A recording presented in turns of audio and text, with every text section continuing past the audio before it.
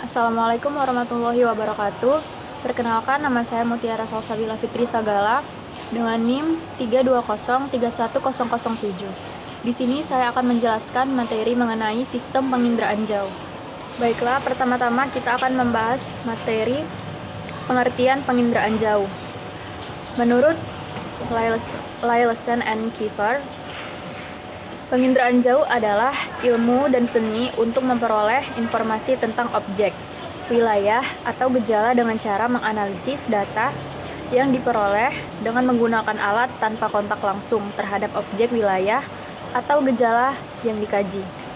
Menurut Karen, penginderaan jauh yaitu penggunaan sensor radiasi elektromagnetik untuk merekam gambar lingkungan bumi yang dapat diinterpretasikan sehingga menghasilkan informasi yang berguna. Dari beberapa pendapat di atas, bisa dikatakan penginderaan jauh adalah pengukuran atau akuisisi dari data sebuah objek atau fenomena oleh sebuah alat yang tidak secara fisik melakukan kontak dengan objek tersebut, atau pengukuran atau akuisisi dari data sebuah objek atau fenomena oleh sebuah alat dari jarak jauh, misalnya dari pesawat luar angkasa, satelit, kapal, atau alat lain. Selanjutnya yaitu fungsi penginderaan jauh. Yang pertama adalah mendata dan mengamati berbagai macam tipe vegetasi dan juga statusnya. Yang kedua, memperoleh data untuk kepentingan di bidang pertanian dan hal manajemen perencanaan dan persiapan lahan. Yang ketiga, survei tanah untuk memperoleh data kandungan mineral dan minyak bumi. Yang keempat, pengamatan dan perencanaan sumber air dan eksplorasi sumber air tanah. Selanjutnya, untuk mengetahui informasi geografi. Dan yang keenam, membantu pembuatan peta, perubahan peta, dan pembuatan peta tematik. Dan yang terakhir adalah mengetahui kondisi cuaca, pemetaan lahan pertanian, dan bencana alam. Pembahasan selanjutnya mengenai jenis-jenis penginderaan jauh. Ditinjau berdasarkan sumber energi, yaitu matahari sudah terbukti sebagai salah satu sumber energi yang bisa digunakan untuk penginderaan jarak jauh. Energi matahari dapat direfleksikan dalam bentuk gelombang visible ataupun diserap untuk kemudian dipancarkan kembali. Penginderaan jarak jauh yang mengukur ketersediaan energi alam disebut dengan passive sensor. Berdasarkan spektrum jarak elektromagnetik. Yang pertama, penginderaan gelombang mikro. Gelombang mikro termasuk gelombang elektromagnetik yang memiliki gelombang yang sangat panjang. Panjang gelombang ini sekitar 1 mm hingga 1 meter. Yang kedua, penginderaan optikal.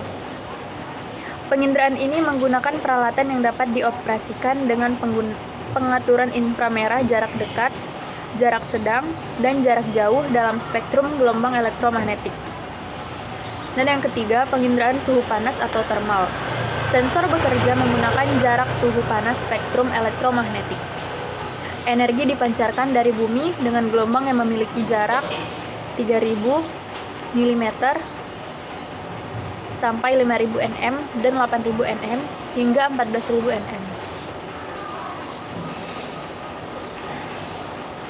Materi selanjutnya yaitu komponen penginderaan jauh.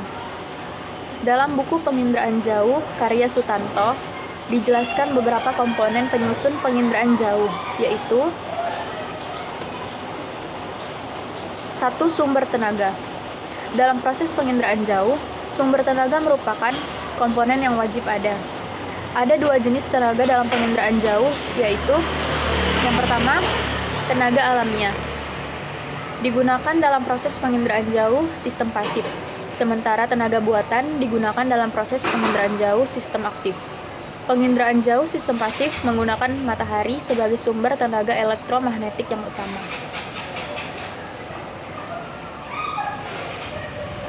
Lalu atmosfer. Bagian dari gelombang elektromagnetik yang bisa menembus lapisan atmosfer disebut sebagai jendela atmosfer.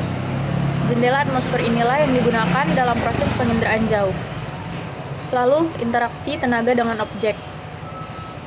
Interaksi tenaga dengan objek dan interaksi tenaga elektromagnetik dengan benda-benda yang ada di permukaan bumi terjadi dalam 4 bentuk, yaitu penerusan, pantulan, scattering, dan penyerapan. Interaksi tenaga dengan objek inilah yang kemudian direkam oleh sensor.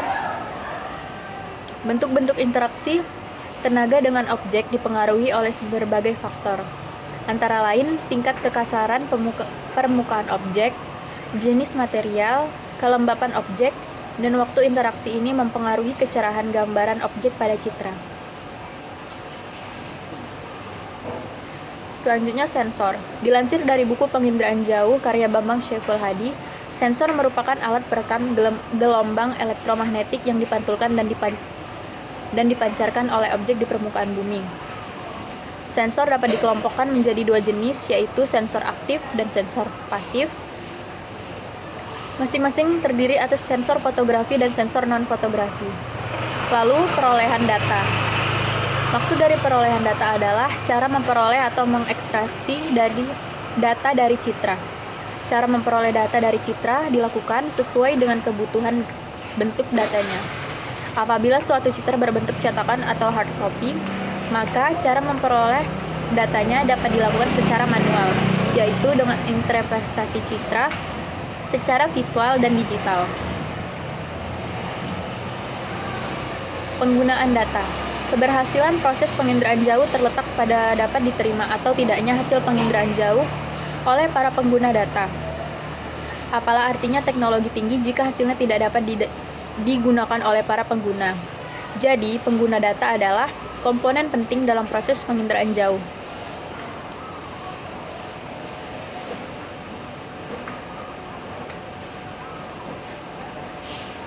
Oke, selanjutnya sistem penginderaan jauh. Penginderaan jauh dengan menggunakan tenaga matahari dinamakan penginderaan jauh sistem pasif. Penginderaan jauh dengan menggunakan sumber tenaga buatan disebut penginderaan jauh sistem aktif. Pada umumnya, sistem ini menggunakan gelombang mikro, tapi dapat juga menggunakan spektrum dengan sumber tenaga buatan berupa laser.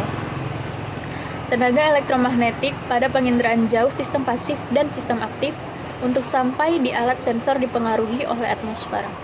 Atmosfer mempengaruhi tenaga elektromagnetik, yaitu bersifat selektif terhadap panjang gelombang.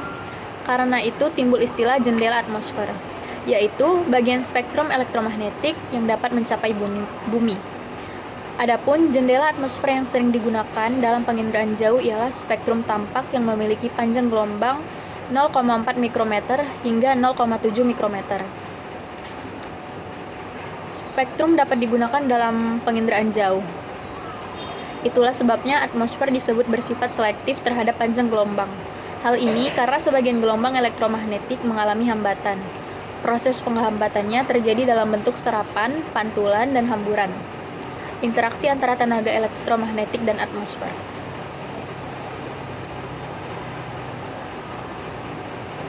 Sekian dari materi yang saya sajikan. Apabila ada kesalahan kata, saya mohon maaf.